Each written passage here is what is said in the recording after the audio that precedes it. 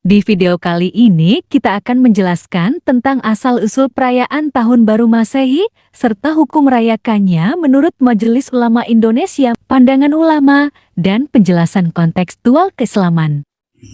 Tahun Baru Masehi yang jatuh setiap 1 Januari adalah momentum pergantian tahun berdasarkan kalender Gregorian, sistem penanggalan yang digunakan secara internasional dan berakar dari tradisi Barat serta kekristenan. Di Indonesia, perayaan Tahun Baru sering diwarnai dengan pesta, kembang api, hura-hura, dan hiburan malam. Sebagai negara dengan mayoritas Muslim, muncul pertanyaan penting. Bagaimana hukum Islam, khususnya menurut Majelis Ulama Indonesia, tentang merayakan Tahun Baru Masehi? Majelis Ulama Indonesia MUI tidak mengeluarkan fatwa khusus yang mengharamkan secara mutlak perayaan Tahun Baru Masehi. Namun, MUI memberikan imbauan moral dan pedoman keagamaan. Asal-usul perayaan Tahun Baru Masehi. Perayaan Tahun Baru Masehi yang jatuh setiap tanggal 1 Januari merupakan salah satu perayaan paling universal di dunia. Hampir seluruh negara, lintas budaya dan agama mengenalnya sebagai penanda pergantian tahun. Namun, di balik kembang api, pesta, dan ucapan selamat tahun baru, terdapat sejarah panjang yang berakar pada peradaban kuno, sistem kalender Romawi, pengaruh agama, hingga perkembangan modern. Untuk memahami asal-usul Tahun Baru Masehi, kita perlu menelusuri perjalanan sejarah ribuan tahun ke belakang. Pertama, konsep awal pergantian tahun dalam peradaban kuno. Sejak manusia mulai mengenal waktu, musim, dan pergerakan benda langit, mereka menyadari bahwa kehidupan berjalan dalam siklus berulang. Pergantian musim tanam dan panen mendorong manusia kuno menciptakan sistem penanggalan. Peradaban Mesopotamia. Sekitar 2000 sebelum Masehi, bangsa Babilonia sudah merayakan Tahun Baru dalam festival Akito yang berlangsung selama 11 hari. Festival ini dilakukan pada bulan Maret, bertepatan dengan musim semi saat alam kembali hidup. Bagi mereka, Tahun Baru bukan sekadar hitungan waktu, tetapi juga pembaruan hubungan manusia dengan para dewa, penobatan ulang raja, harapan akan kemakmuran. Mesir kuno. Bangsa Mesir mengaitkan Tahun Baru dengan munculnya bintang Sirius yang menandai banjir Sungai Nil. Banjir ini sangat penting karena membawa kesuburan tanah. Kedua, Tahun Baru dalam tradisi Romawi kuno. Asal-usul 1 Januari sebagai Tahun Baru berasal dari Romawi kuno. Kalender Romulus. Kalender Romawi awal hanya memiliki 10 bulan, dimulai dari Maret Martius dan berakhir pada Desember. Itulah sebabnya September bulan ke-7, Oktober bulan ke-8, November bulan ke-9, Desember bulan ke-10. Penambahan Januari dan Februari.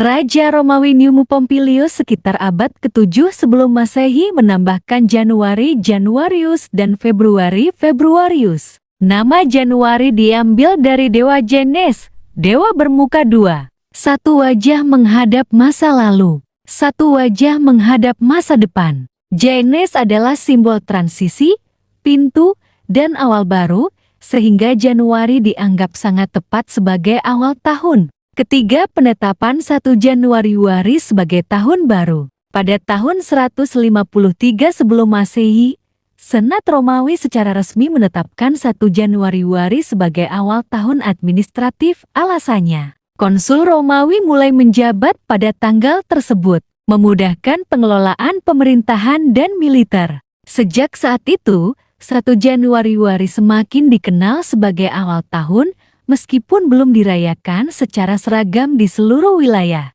Keempat, reformasi kalender oleh Julius Caesar. Masalah besar muncul karena kalender Romawi sering tidak sinkron dengan peredaran matahari.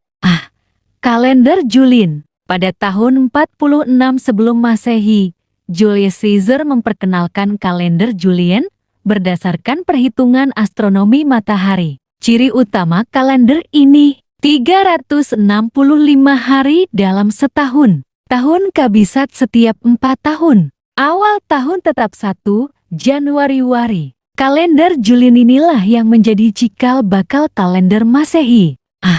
Kalender Julian. Pada tahun 46 sebelum Masehi, Julius Caesar memperkenalkan kalender Julian berdasarkan perhitungan astronomi matahari. Ciri utama kalender ini 365 hari dalam setahun. Tahun kabisat setiap 4 tahun. Awal tahun tetap 1 Januari. Kalender Julian inilah yang menjadi cikal bakal kalender Masehi. Kelima, pengaruh Kristen awal terhadap tahun baru. Ketika agama Kristen berkembang di Kekaisaran Romawi, muncul ketegangan dengan tradisi pagan. Penolakan awal. Gereja Kristen awal sempat menolak perayaan tahun baru karena dianggap berasal dari ritual pagan, penuh pesta, minum-minuman, dan hiburan berlebihan. Bahkan di Eropa abad pertengahan, beberapa wilayah merayakan tahun baru pada 25 Maret Hari Kabar Sukacita, 25 Desember Natal, Paskah, keenam kalender Gregorian, dan Tahun Baru Masehi. Pada tahun 1582, Paus Gregorius XIII melakukan reformasi kalender untuk mengoreksi kesalahan kalender Julian. Lahirnya kalender Gregorian. Kalender ini lebih akurat secara astronomi. Digunakan oleh Gereja Katolik, menetapkan kembali 1 Januari sebagai awal tahun. Seiring waktu, kalender Gregorian diadopsi oleh negara-negara Eropa, dunia Islam untuk administrasi, negara-negara Asia dan Afrika. Inilah yang kemudian dikenal sebagai kalender Masehi. Ketujuh, makna Masehi dalam Tahun Baru. Istilah Masehi berasal dari kata Masih, Yesus Kristus. Tahun Masehi dihitung dari perkiraan kelahiran Yesus, dibagi menjadi sebelum Masehi, Masehi M. Namun dalam praktik modern, kalender ini bersifat sipil dan global, bukan ritual keagamaan semata. Kedelapan, perayaan Tahun Baru di era modern. Memasuki abad ke-19 dan ke-20, Tahun Baru menjadi perayaan sosial global. Tradisi umum, kembang api sebagai simbol cahaya dan harapan. Hitung mundur countdown, resolusi Tahun Baru. Doa lintas agama, refleksi dan evaluasi diri. Perayaan ini tidak lagi terikat pada satu agama, tetapi menjadi simbol universal pergantian waktu, momentum introspeksi dan harapan. Ke-9 Tahun Baru Masehi dalam perspektif budaya dan agama. Di berbagai negara, Tahun Baru Masehi dirayakan secara budaya, bukan ibadah. Digunakan untuk administrasi dan pendidikan. Menjadi sarana silaturahmi. Banyak masyarakat memaknainya sebagai awal yang baru, kesempatan memperbaiki diri, pengingat bahwa waktu terus berjalan. Ke-10 kesimpulan.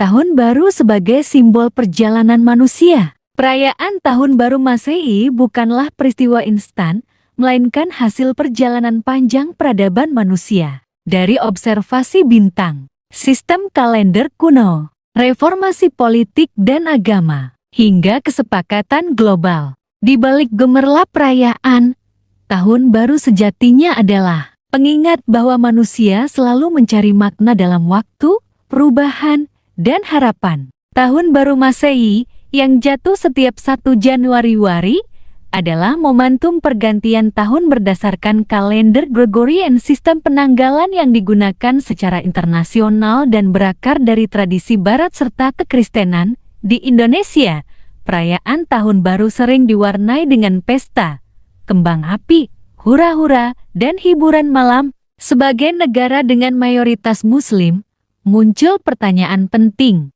Bagaimana hukum Islam, khususnya menurut Majelis Ulama Indonesia (MUI), tentang merayakan Tahun Baru Masehi? Sikap resmi MUI. Majelis Ulama Indonesia (MUI) tidak mengeluarkan fatwa khusus yang mengharamkan secara mutlak perayaan Tahun Baru Masehi. Namun, MUI memberikan imbauan moral dan pedoman keagamaan agar umat Islam, pertama, tidak ikut larut dalam perayaan berlebihan, seperti pesta, minum minuman keras, atau tindakan maksiat. Kedua, mengisi malam pergantian tahun dengan kegiatan positif dan bernilai ibadah seperti muhasabah, introspeksi diri, doa bersama, atau dizikir. Ketiga, tidak meniru tradisi non-Islam yang bertentangan dengan akidah dan akhlak Islam. Salah satu pernyataan resmi MUI dikutip dari Mirror, MUI.id 2022 dan MUI.go.id menyebutkan, MUI mengimbau umat Islam agar tidak merayakan tahun baru dengan foya-foya dan hura-hura, tetapi menggantinya dengan kegiatan keagamaan yang bermanfaat. Dasar pemikiran hukum, MUI berpegang pada kaidah fikih dan maqasid syariah, dengan mempertimbangkan unsur akidah, moral, dan sosial. Ada 3 landasan utama. Pertama, aspek akidah, keimanan. Jika perayaan tahun baru dilakukan dengan niat ikut serta dalam tradisi agama lain, maka hukumnya haram karena menyerupai ritual non-muslim. Rasulullah bersabda, barang siapa menyerupai suatu kaum, maka ia termasuk golongan mereka. Hadis riwayat Abu Dawud, nomor 4031. Namun, bila perayaan tersebut sekadar budaya umum, tanpa niat keagamaan, maka hukumnya mubah boleh selama tidak disertai pelanggaran syariat. Kedua, aspek akhlak dan sosial. Banyak perayaan tahun baru Masehi diwarnai kemaksiatan, minuman keras, zina, pesta malam, dan pemborosan. Islam melarang perbuatan tersebut. Allah Subhanahu wa Ta'ala berfirman, sesungguhnya pemborosan itu adalah saudara-saudara setan. Surat Al-Isra ayat 27. Oleh karena itu, MUI menegaskan larangan terhadap bentuk perayaan yang tidak bermoral. Bahkan, MUI mengajak masyarakat untuk mengganti pesta dengan doa bersama dan dizikir malam pergantian tahun. Sebagai negara dengan mayoritas Muslim, muncul pertanyaan penting. Bagaimana hukum Islam, khususnya menurut Majelis Ulama Indonesia MUI, tentang merayakan Tahun Baru Masehi? Sikap resmi MUI. Majelis Ulama Indonesia MUI tidak mengeluarkan fatwa khusus yang mengharamkan secara mutlak perayaan Tahun Baru Masehi. Namun, MUI memberikan imbauan moral dan pedoman keagamaan agar umat Islam, pertama, tidak ikut larut dalam perayaan berlebihan, seperti pesta, minum minuman keras, atau tindakan maksiat. Kedua, mengisi malam pergantian tahun dengan kegiatan positif dan bernilai ibadah, seperti muhasabah, introspeksi diri, doa bersama, atau dizikir. Ketiga, tidak meniru tradisi non-Islam yang bertentangan dengan akidah dan akhlak Islam. Salah satu pernyataan resmi MUI dikutip dari Mirror, MUI.id 2022 dan MUI.go.id menyebutkan, MUI mengimbau umat Islam agar tidak merayakan tahun baru dengan foya-foya dan hura-hura, tetapi menggantinya dengan kegiatan keagamaan yang bermanfaat. Dasar pemikiran hukum, MUI berpegang pada kaidah fikih dan maqasid syariah, dengan mempertimbangkan unsur akidah, moral, dan sosial. Ada 3 landasan utama. Pertama, aspek akidah, keimanan. Jika perayaan tahun baru dilakukan dengan niat ikut serta dalam tradisi agama lain, maka hukumnya haram karena menyerupai ritual non-muslim. Rasulullah bersabda, barang siapa menyerupai suatu kaum, maka ia termasuk golongan mereka. Hadis riwayat Abu Dawud, nomor 4031. Namun, bila perayaan tersebut sekadar budaya umum, tanpa niat keagamaan, maka hukumnya mubah boleh selama tidak disertai pelanggaran syariat. Kedua, aspek akhlak dan sosial. Banyak perayaan tahun baru Masehi diwarnai kemaksiatan, minuman keras, zina, pesta malam, dan pemborosan. Islam melarang perbuatan tersebut. Allah Subhanahu wa Ta'ala berfirman, sesungguhnya pemborosan itu adalah saudara-saudara setan. Surat Al-Isra ayat 27. Oleh karena itu, MUI menegaskan larangan terhadap bentuk perayaan yang tidak bermoral. Bahkan, MUI mengajak masyarakat untuk mengganti pesta dengan doa bersama dan dizikir malam pergantian tahun. Ketiga, aspek kemaslahatan. Islam selalu menekankan prinsip mengambil manfaat dan menolak mudarat. Bila perayaan tahun baru hanya menimbulkan kemacetan, sampah, kriminalitas, dan kemaksiatan, maka Mu menilai lebih banyak mudarat daripada manfaatnya. Oleh sebab itu, Mu menganjurkan agar umat Islam menyambut tahun baru dengan kesadaran spiritual bukan kesenangan duniawi. Sikap alternatif yang diajarkan Mu. Daripada hura-hura, Mu menyarankan beberapa alternatif Islami. Pertama, istighfar dan muhasabah akhir tahun. Mengingat dosa-dosa yang telah lalu dan berjanji memperbaiki diri di tahun berikutnya. Kedua, disikir dan doa bersama di masjid. Mengisi malam pergantian tahun dengan ibadah berjamaah, bukan pesta. Ketiga, kegiatan sosial dan amal. Menyantuni yatim piatu, bersedekah, atau membersihkan lingkungan di awal tahun baru. Keempat, mengisi waktu dengan keluarga. Menjadikan momen ini sebagai sarana mempererat silaturahmi, bukan kesenangan duniawi. Penjelasan ulama dan tokoh Mu. Beberapa tokoh Mu, seperti K.H. Ma'ruf Amin, sebelum menjabat wakil presiden, pernah menyampaikan, Islam tidak mengenal tahun baru Masehi sebagai hari raya, tapi umat Islam boleh menyambutnya dengan kegiatan positif, asalkan tidak menyerupai tradisi non-muslim dan tidak berlebihan. Sementara Ketua MUI bidang fatwa, K. Asroruniam Syoleh, juga menegaskan, MUI tidak melarang ucapan selamat tahun baru karena termasuk urusan muamalah, selama tidak dimaksudkan untuk mengagungkan hari raya non-Islam. Hal-hal yang dilarang menurut MUI, berikut jenis perayaan yang tidak sesuai syariat dan tidak dianjurkan oleh MUI. Pesta malam disertai musik keras, dansa, atau minum minuman keras. Perayaan di tempat hiburan yang bercampur laki-laki dan perempuan tanpa batas. Konvoi dan pesta jalanan yang mengganggu ketertiban umum. Mengeluarkan biaya besar hanya untuk hura-hura. Membakar kembang api berlebihan hingga membahayakan diri dan orang lain. Kesimpulan umum hukum MUI. Aspek penjelasan hukum. Merayakan dengan pesta hura-hura mengandung kemaksiatan dan pemborosan haram. Mengikuti tradisi agama lain, ritual keagamaan tasyabbuh bil kufar menyerupai non-muslim haram. Ucapan selamat tahun baru tanpa niat ibadah sekadar muamalah, sopan santun sosial mubah boleh. Mengisi malam tahun baru dengan dizikir, doa, atau muhasabah bernilai ibadah dan dianjurkan sunnah dianjurkan. MUI mengajak seluruh umat Islam untuk tidak menjadikan tahun baru Masehi sebagai ajang pesta dan kemaksiatan, tetapi sebagai momentum introspeksi diri dan memperbarui semangat keislaman. Tahun baru bukan hanya soal pergantian angka, melainkan tentang perubahan sikap, peningkatan iman, dan perbaikan amal. Waktu terus berjalan, setiap detik yang berlalu adalah bagian dari umur yang berkurang. Maka, jadikan setiap pergantian tahun sebagai pengingat untuk semakin dekat kepada Allah.